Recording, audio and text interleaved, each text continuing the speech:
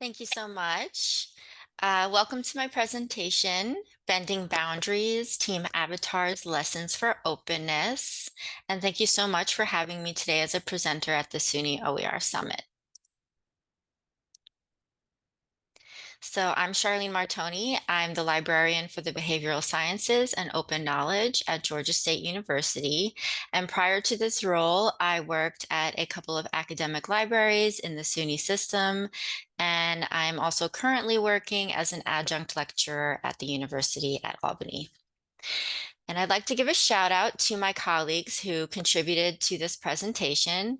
Hosanna Fletcher is a lecturer of sociology and a faculty associate with GSU's Center for Excellence in Teaching, Learning, and Online Education.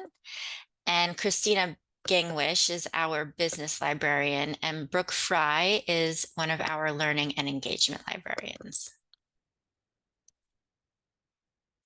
This presentation is structured into three parts. First, I'm going to introduce you to Georgia State University itself, and then I will highlight some of GSU Library's openly accessible collections. And finally, I'll describe what open education looks like in practice at GSU. So let's start with some background information about Georgia State University.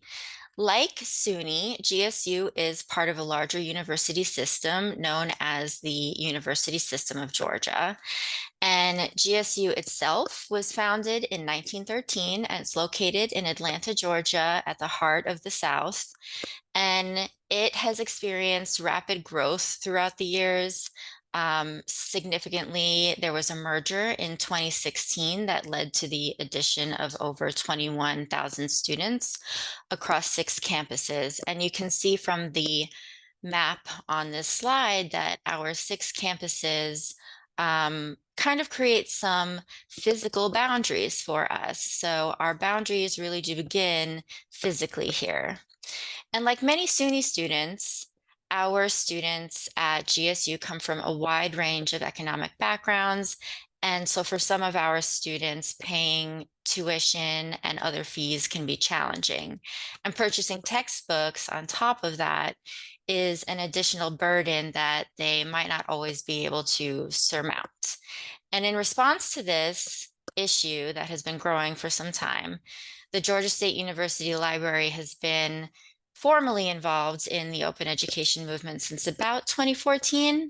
But to be honest, the library, like all libraries, we've always centered around supporting open and affordable education for students. So in this presentation, I will discuss some of the boundaries that exist in open education and highlight the lessons that we can learn from them through the spirit and the wisdom of Avatar.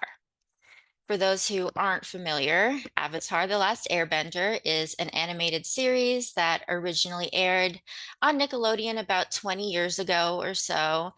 And the story is set in a fictional world that's divided into 4 nations that have their own boundaries.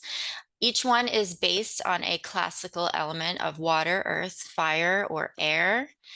The world includes people known as benders who can use their minds to manipulate one of the 4 elements so they can bend boundaries.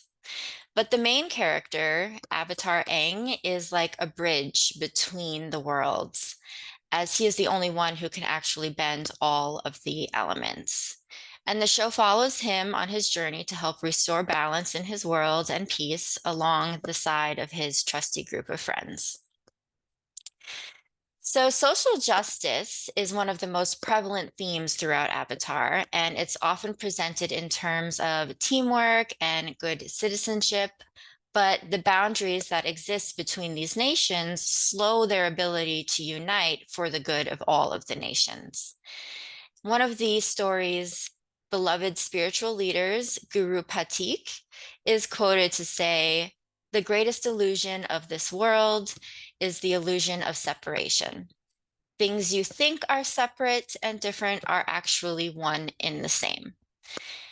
Guru Patik's statement highlights how we are more alike than we are different, and we're better when we work together. And this holds true for open education as well. As champions of open education, we sometimes find ourselves trying our best to be good citizens and advocates of affordable learning opportunities, working together to spread awareness in any way that we can. But although the spirit of open education is and should remain and be open, there are sometimes tensions and boundaries within the fields of OER. And I'm specifically choosing to use the word boundary here because I feel that a lot of these boundaries are self-imposed. So let's expose our first boundary: students versus educators. Both of these groups have their own perspectives and view the barriers to affordable education in different but dependent ways. And this presence of this boundary became even more apparent to me after I gathered some insights directly from our student body by asking them one question written on a whiteboard at the service desks at our libraries. And I just asked, what should professors know about expensive textbooks? And these are some of the responses that I received, and I'll read them. It is already expensive just entering college. Textbook costs just might be the last expense that makes or breaks a student. I didn't buy groceries for 2 weeks, so I could buy $400 worth of textbooks. Didn't even use half of them for classes. I can't afford to keep paying for access codes that are ridiculously expensive. And interestingly, about 22% of the responses commented on faculty pedagogy. So these were responses from students commenting on their professors' teaching practices. And they had statements like, it's frustrating paying for something that isn't utilized. We also don't receive instruction on the proper way to use textbooks when we have them.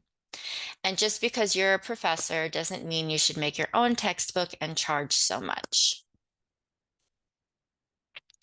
So the results of this whiteboard survey have taught us a valuable lesson about the boundary of students versus educators. And that lesson is that when educators require students to purchase expensive textbooks and course materials or access codes, especially when there are options that are available for cheaper and that are just as or more effective, students may begin to question their teachers' pedagogical decisions and professional ethics. And if pedagogy and ethics are then not explained to students, students are instilled with distrust in their mentors and apathy for academic honesty, contributing to this boundary and its formation. Now let's talk about the boundary of open access resources versus open educational resources. So to help build bridges among different schools of thought surrounding aspects of open education and open licensing, we at GSU Library tend to conceptualize open educational resources broadly, and we align our work adaptively to the definition provided by UNESCO in its 2019 recommendation on OER. And that definition states that open educational resources are learning, teaching, and research materials in any format and medium that reside in the public domain or are under copyright that have been released under an open license that permit no-cost access, reuse, repurpose, adaptation, and redistribution by others. And you'll notice that we have added an or toward the conclusion of the statement to help educators apply the statement more adaptively to their students' individual needs and the unique course requirements for their course. And we found that referring to all openly licensed resources more inclusively as open educational resources helps our community at GSU to use all open resources in transformative ways. And the library supports them by providing educators with essential professional development and tools to navigate open licensing practices confidently and effectively. So the lesson that we learn here is that when educators understand open licensing nuances, they can dynamically use all open resources for educational purposes, again, bending those boundaries. So Georgia State University Library offers open collections, all of which can be used in instruction, even if they don't meet the traditional full definition of OER developed by UNESCO back in 2019. We have Faculty Select, which supports textbook affordability by allowing GSU users to search and access quality open textbooks while simultaneously searching for and requesting DRM-free ebooks in the library's collection. We also have ScholarWorks, which is GSU's openly accessible institutional repository, which includes journal articles, book chapters, conference proceedings and presentations, data sets, audiovisual materials, and electronic dissertations and theses, which can be very powerful in instruction. We also have our digital collections, which provide open access to unique and rare materials within our special collections, and our archives, including manuscripts and photographs, periodicals, and even oral histories, and much, much more. And lastly, we have DigATL, which is an open access showcase of projects, collections, and data about the Metro Atlanta area. But what's special about this collection is that everything inside of it was produced by GSU students, faculty, and staff who are working with and within the communities that they are researching. So now let's talk about our third boundary, which is the boundary of the open educational resources versus the open educational practices. So in Avatar: The Last Airbender, a wise character named Uncle Iroh said, "It is important to draw wisdom from different places. If you take it from only one place, it becomes rigid and stale." In a 2023 research synthesis and meta-analysis of 25 studies that was published in the International Journal of Educational Technology and Higher Education, Ahmed Tilley and colleagues found that drawing wisdom from multiple sources was also necessary in education. The researchers stated that, quote, "Ensuring an improvement in learning achievement is beyond the simple access to educational resources, and several elements should be considered," end quote. They point toward evaluating OER quality, instructional design, and individual learning factors. So in other words, they are saying that the simple existence or the simple use of an OER in instruction does not have a direct impact on student learning achievement, aside from those associated with cost savings. And while this is an astute observation, we must be cautious to avoid the creation of another unnecessary boundary. It's not about the licensing of the resources versus their implementation. It's about the resources and the strategies. It's about all of our strategies coming together in a holistic and united effort.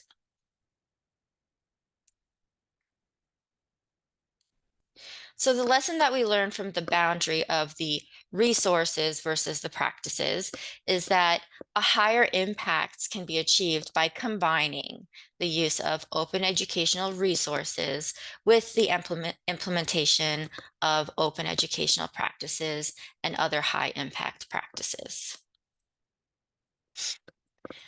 Affordable Learning Georgia is one organization within the University System of Georgia that is working to unite stakeholders from various industries in open education work. And like Uncle Iroh said in Avatar, while it is always best to believe in oneself, a little help from others can be a great blessing. And ALG offers 3 types of grants to help support us in our work. First, there's the Textbook Transformation Grant, which supports the transformation of commercial textbooks and materials to no or low cost materials. We also have a research grant, which funds the study of open resources and their impact on student outcomes. And finally, we have the Continuous Improvement Grant, which supports the development of sustainable processes in open education.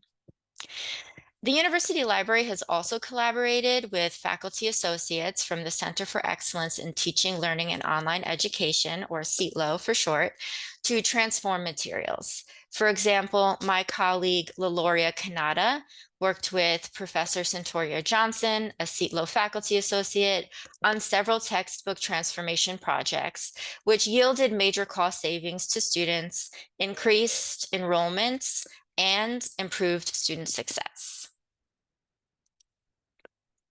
Another CETLO associate, Hosanna Fletcher, serves as inspiration for us librarians who specialize in open education.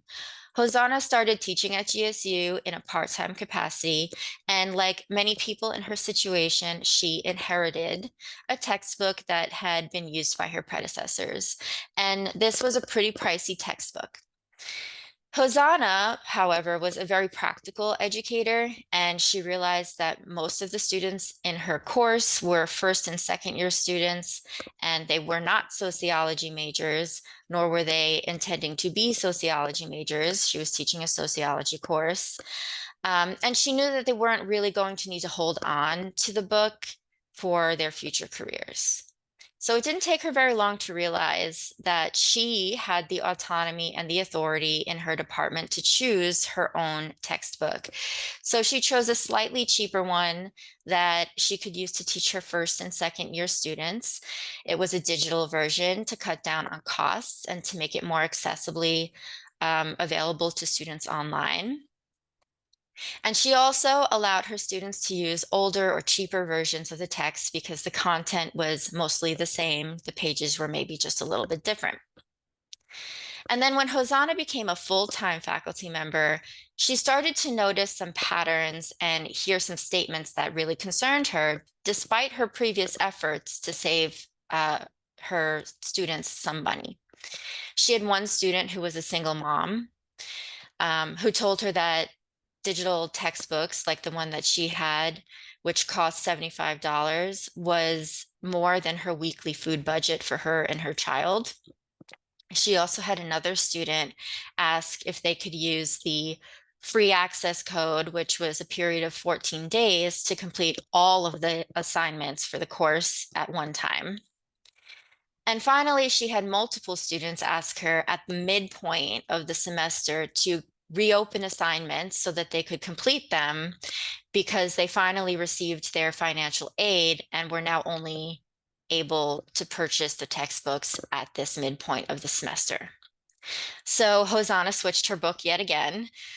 This time she selected OpenStax, which worked great for her intro class, but she needed to figure out what to do for her social problems class, which was the next class that they would take after the intro class. And as a social scientist, she decided that she would have this class engage in a team research project. And because she had been noticing all of these issues with affordability of education, she asked her students if they would be interested in researching the impact of textbook prices and their rising costs on the rising cost of education. And her students overwhelmingly said yes. And then Hosanna heard about our Open for Student Success Symposium. So as a high impact practices educator, Hosanna recognized that the symposium had potential to support a rich learning experience for her students. High impact teaching practices are usually outlined by stating the practice and then by describing its key elements that make it high impact. Specifically, the symposium provided Hosanna's students with an opportunity to participate in collaborative assignments and projects requiring significant investments of effort over extended periods of time. It also provided them with service learning opportunities where they could discover the relevance of their learning through real-world applications. And it provided them an opportunity to perform undergraduate research with interactions with their faculty and their peers on substantive matters and a public demonstration of competence. So Hosanna and her students have presented their work at both of our symposiums, and they're going to do so again next year. Hosanna's work effortlessly demonstrates the type of engagement that we hope to inspire with our symposium. The symposium started as a small online conference back in 2023 with a simple goal, which was just to bring people together to inspire GSU professionals who were using and studying OER. Then this past year, my team and I decided to open the symposium in two more ways. We invited proposals from any faculty or staff member working in open education in higher ed. And we also produced a collection of recordings from the symposium, which we published openly to a library research guide using a Creative Commons license. And now for 2025, we plan to further open the symposium by additionally encouraging proposals by students who have participated in projects that research education and or develop strategies to address issues in open education work. But we want to hear from you and from your students, so please consider submitting proposals about your work for the 2025 symposium, which is free. It's going to take place virtually on March 7th, 2025, and presentation proposals are due October 24th. And we're really excited this year because our event is going to feature two keynote speakers to inspire even more investment in open education.